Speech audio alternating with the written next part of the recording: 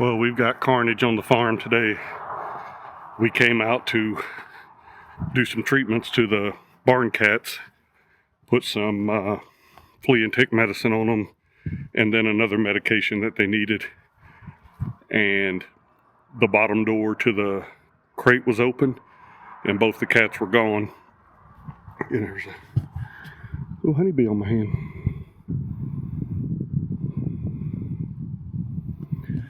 And there's a strong smell of cat spray around the crate.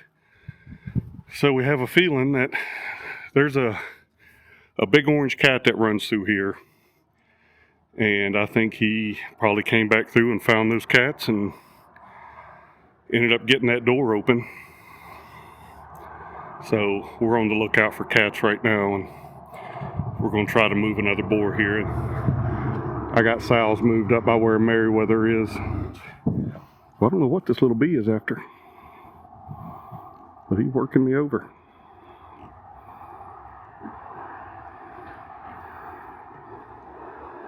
I have to find a flower or something to put him on.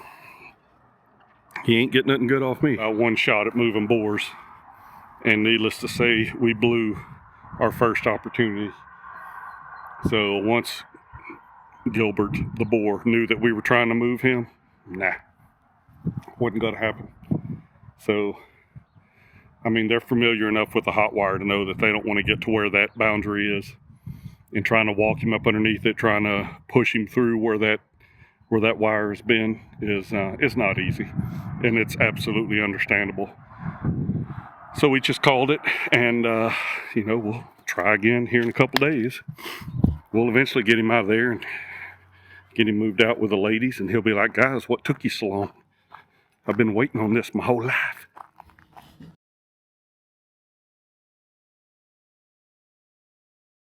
So, found the mower key. Now this tire has a little bit of air in it. I can get my big old shadow out of the way. Needs some air. That one does too. Back tires look like they have air, but let me see if I can get this thing to start. We'll take it around, get some air pushing. Lots of bird poo. Now, I did not disconnect the battery.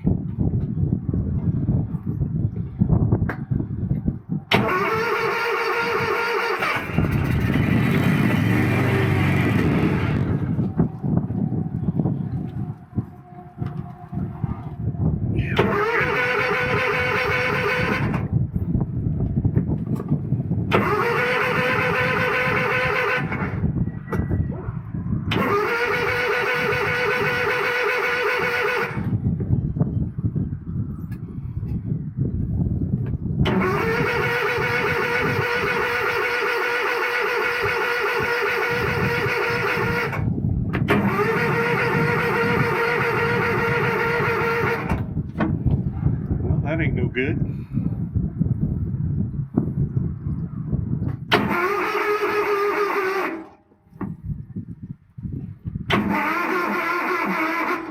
Oh yeah.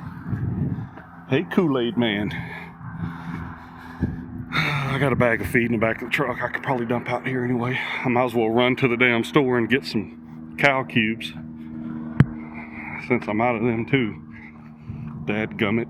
See, this is what happens. The old homestead snowball.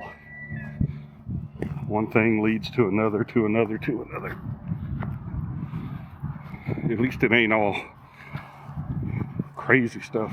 I forgot to turn the camera back on, but mower's running. So pulled the old Ford over, hooked the cables to it, fired it right up. I'm not a mechanic. Don't take anything I do as advice or hey, I'm gonna be like Murph. And so it works. Jumped it right off. Hopefully it'll charge back up. So I'm gonna take the mower down to my shop, put some air in the tires. It's a beast though, boy. I love this mower. Compared to the old box store mower I had, this thing's a freaking killer.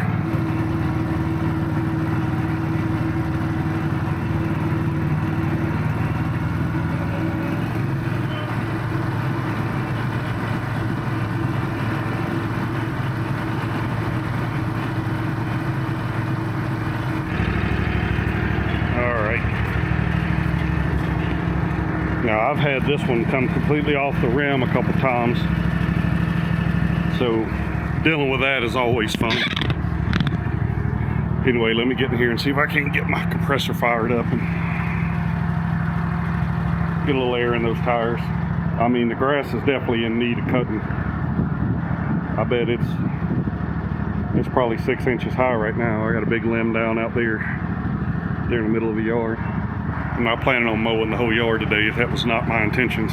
Forgot to turn the camera on. But y'all seen somebody put air in the tire before. I noticed this one got the green slime leaking out of it. That's awesome.